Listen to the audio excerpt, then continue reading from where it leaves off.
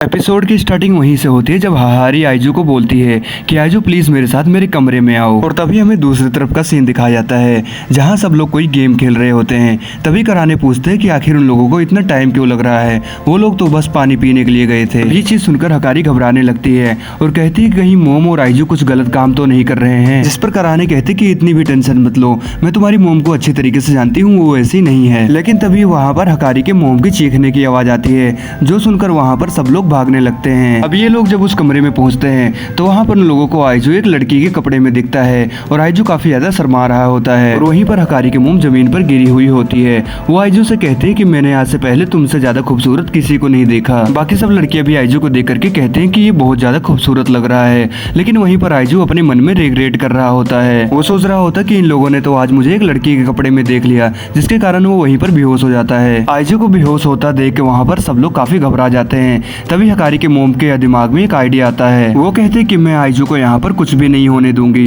और तभी वो नानो की तरफ देखने लगती है। लेकिन नानो को उनके आइडिया के बारे में कोई भी खबर नहीं होती है। और तभी हकारी के मोम नानो को अंदर लेकर जाती है और उसको वहाँ से एक प्रिंस के कपड़े पहनवा कर बाहर लाती है। अब वहाँ पर नानो को देख करके सब लोग समझ जाते हैं हकारी के मोम का आइडिया क्या है कि एक प्रिंसेस को एक प्रिंस ही किस करके उठा सकता है। अब नानो आइजू के पास जाती है और उसको उठाकर वहाँ पर किस कर लेती है और सच में उनका आइडिया काम कर जाता है। आइजू उठ जाता है। उठने के बाद आइजू काफी शर्माया हुआ और गुस्से में होता है। वो सबसे कहता है कि मैं अब यहाँ से बाथ लेने जा रहा हूँ। अब आइजू वहाँ से जाता है। तभी हकारी की मोम हकारी को कुछ बोलती है, जिसके बाद हकारी वहाँ अपने फोन से कुछ ऑर्डर करने लगती है। तभी वहाँ पर एक मेड एक बड़ी सी रस्सी लेकर आती है। तभी कराने वो रस्सी देख करके उन सबसे पूछती है कि आखिर तुम लोग इस रस्सी का क्या करोगे। जवाब में दोनों माँ बेटी कहती है कि हम लोग आइजू को नहाते हुए देखेंगे इसकी मदद से। अब ये चीज सुनकर कराने गुस्सा होने लगती है और कहती कि ये तो पागलपंते, ये तुम्हें नहीं करना चाहिए। तभी याकुज़ेन वहाँ पर बोलती है और कहती है आज तक मैंने किसी मर्द को नंगे नहीं देखा और मैं देखना चाहती हूँ आज। वहाँ पर सारी लड़कियां तैयार हो जाती हैं आइजू को देखने के लिए।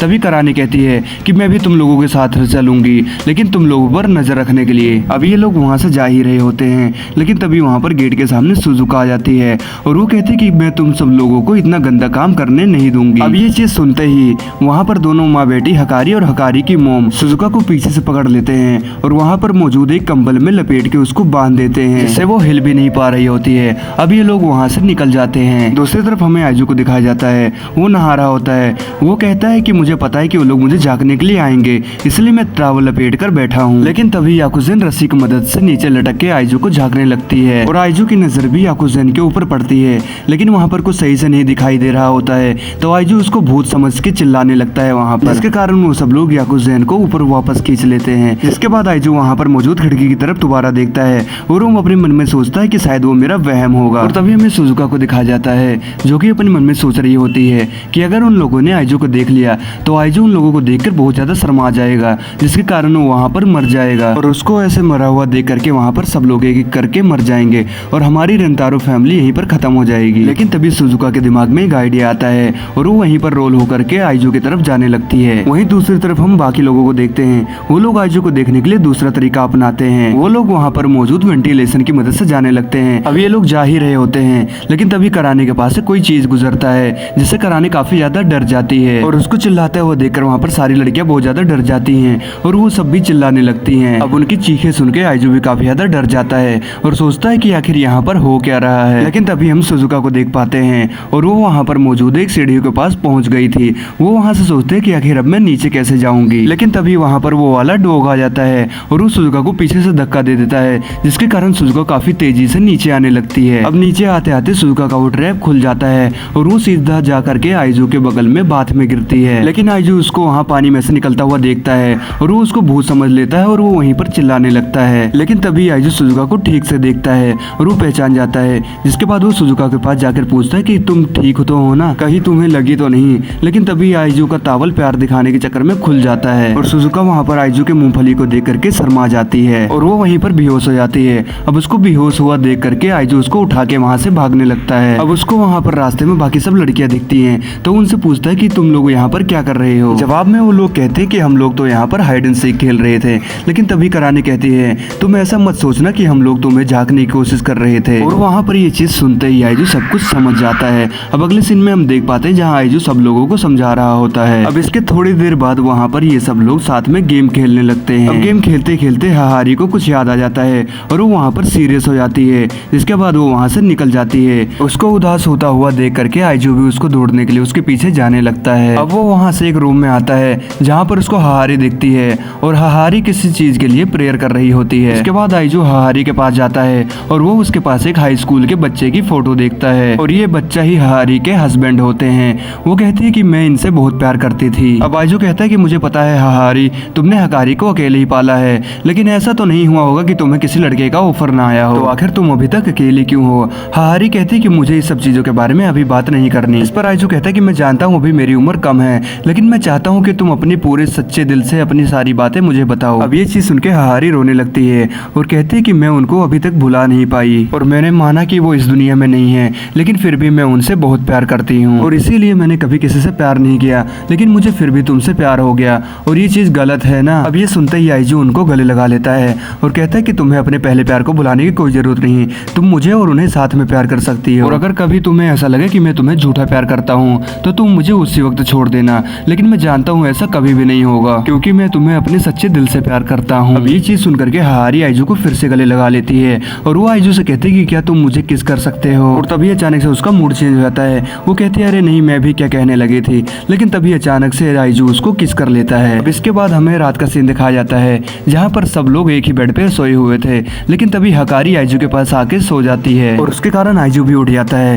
वो कहता है हकारी आखिर तुम यहाँ पर क्या कर रही हो। हकारी कहती है कि मैं बस तुम्हारे साथ आज सोना चाहती थी, और वहीं दूसरी तरफ ये सब बातें कराने सुन रही थी। असल में वो भी जाग चुकी थी। हकारी आइजू से बोलती है कि मैं बस बहुत ज्यादा डर गई थी कि कहीं तुम्हें खो ना दूं। अब ये सुन करके आइजू हकारी को किस कर लेता है और बोलता है कि तुम डरो मत, आज के बाद हम लोग हमेशा साथ रहेंगे। वहीं कराने ये सब चीजें देख करके बोलती है कि आज तो इसको छोड़ देती हूँ लेकिन कल नहीं। इसके बाद ये लोग फिर से सो जाते हैं। थोड़ी देर बाद आइजू की नींद खुलती है और वो बगल में देखता है तो वहाँ पर करानी और हकारी आपस में मजे कर रहे होते हैं। इसके बाद वो बाथरूम करने के लिए जाने लगता है, लेकिन उसको रास्ते में एक लड़का दिखता है और उसको देख करके वो समझ जाता है कि ये बल्कि कोई और नहीं, ये हकारी का हस्बैंड है और ये घोस्ट बन करके आया हुआ है। इसके बाद हकारी के फादर आइजू के पास जाते हैं और वो कहते हैं कि मैं तुम्हें जिंदा नहीं छोड़ूंगा हकारी और हकारी को मुझसे छीनने के लिए, और तुम मुझे ये बताओ तुम मुझसे डर क्यों नहीं रहे हो, तुम तो बाथरूम में अपने ही दोस्त को देख करके डर गए थे। इस पर आइजू कहता है कि मैं तो बस भूतों से डरता हूँ, लेकिन आप तो हकारी के फादर हो और आपसे हकारी ने प्यार किया था, यानी कि आप बहुत ज्यादा अच्छे इंसान हो गए। और ये चीज सुनकर हकारी के पापा काफी ज्यादा खुश हो जाते हैं और आइजू को कहते हैं कि क्या अब मैं तुम्हें एक श्राप दे दूं मरने का। इस पर आइजू बोलता है कि आपको ऐसा करने की जरूरत नहीं है, मैं हकारी और हकारी को दोनों को बहुत खुश रखूंगा। इस पर हकारी के पापा कहते हैं कि हाँ मुझे पता है, मैं उन दोनों को 16 साल से देख रहा हूँ और इन 16 सालों में उन दोनों के पास बहुत लड़के आए, लेकिन उन्होंने किसी को भी नहीं चुना, लेकिन उन लोगों ने पता नहीं क्यों तुम्हें चुना और मैं तुम्हें शुक्रिया कहना चाहता हूँ मेरे दिल से बोझ को उतारने के लिए। आइजू कहता है कि मैं जिसको भी प्यार करता हूँ मैं उसको हमेशा खुश रखने की कोशिश करता हूँ और मैं चाहता हूँ कि आप भी मेरे साथ उन दोनों को देखो। इसके बाद वो दोनों हाथ मिला लेते हैं और तभी हकारी के फादर की चारों तरफ ढेर सारी रोशनी होने लगती है, जिससे आइजू कहता है कि आखिर ये आपको क्या हो रहा है। हकारी के फादर बोलते हैं कि मैं जानता हूँ तुम बहुत ज्यादा अच्छे लड़के हो और मैं तुम पर पूरा विश्वास करता हूँ और इसके कारण अब मेरे कोई रिग्रेट्स नहीं रहे और शायद अब मैं स्वर्ग में चला जाऊँ। लेकिन आइजू कहता है कि हम दोनों तो मिलकर प्रॉब्लम्स किया था ना कि उन दोनों का ख्याल रखेंगे, लेकिन तभी हकारी के फादर वहाँ से पूरी तरीके से गायब हो जाते हैं। इसके बाद हमें अगले सुबह का सीन दिखाया जाता है जहाँ पर आइजू उसी गैलरी में सोकर उठता है। वो कहता है कि कल रात जो मैंने सपना देखा वो तो बिल्कुल असली लग रहा था। इसके बाद हमें अगला सीन दिखाया जाता है जहाँ पर वो सभी लोग अपने घर वापस जाने लगते हैं। तभी हकारी उन लोगों से कहती है कि तुम सब जब तुम्हारा दिल करे तुम सब यहाँ वापस आ सकते हो। इस पर वो सब कहते हैं कि हाँ हम जरूर आएंगे। इसके बाद हमें अगला सीन दिखाया जाता है स्कूल का, जहाँ पर ढेर सारे बच्चे खड़े हुए थे और उन्हीं लोगों के सामने हकारी खड़ी हुई थी। वो सभी बच्चों से बोलते कि मुझे तुम सबसे मिलकर बहुत खुशी हुई और आज से मैं इस स्कूल की नई प्रिंसिपल हूँ। और तभी वो अपने मन में बोलते कि मुझे आइजू को देखने का इतना दिल कर रहा था कि मैंने इस स्कूल को ही खरीद लिया। और वहीं पर बाकी सब लड़कियां हकारी को देख करके काफी ज्यादा हैरान होती हैं। वहीं दूसरी तरफ हम देख पाते हैं आइजू को जो कि भागते हुए हकारी के घर जाता है हकारी से मिलने के लिए, लेकिन उसको वहाँ पर वो मेड बताती है कि वो यहाँ पर नहीं है, वो तो अभी स्कूल में गई हुई है। इसके बाद आइजू वहाँ से स्कूल की तरफ भागने लगता है और वो वहाँ पर स्कूल की छत पे आता है जहाँ पर उसको सभी लड़कियां खड़ी हुई दिखती हैं और आइजू उन सबके पास जाकर उन सबको हक कर लेता है। इसके बाद हमें अलग अलग लड़कियां दिखाई जाती हैं और ये एपिसोड यहीं पर खत्म हो जाता है। तो दोस्तों अगर आप इस चैनल पर बने रहेंगे तो ऐसे ढेर सारी सीरीज आती रहेंगी और अगर आप लोगों को ये वीडियो पसंद आई हो तो इस वीडियो को जरूर लाइक करना। इस वीडियो पे 30 लाइक करवा दो बस, और चैनल को जरूर सब्सक्राइब कर लेना क्योंकि आगे बहुत मजे आने वाले हैं। तो मिलते हैं हम अपनी अगली वीडियो में, तब तक के लिए गुड बाय।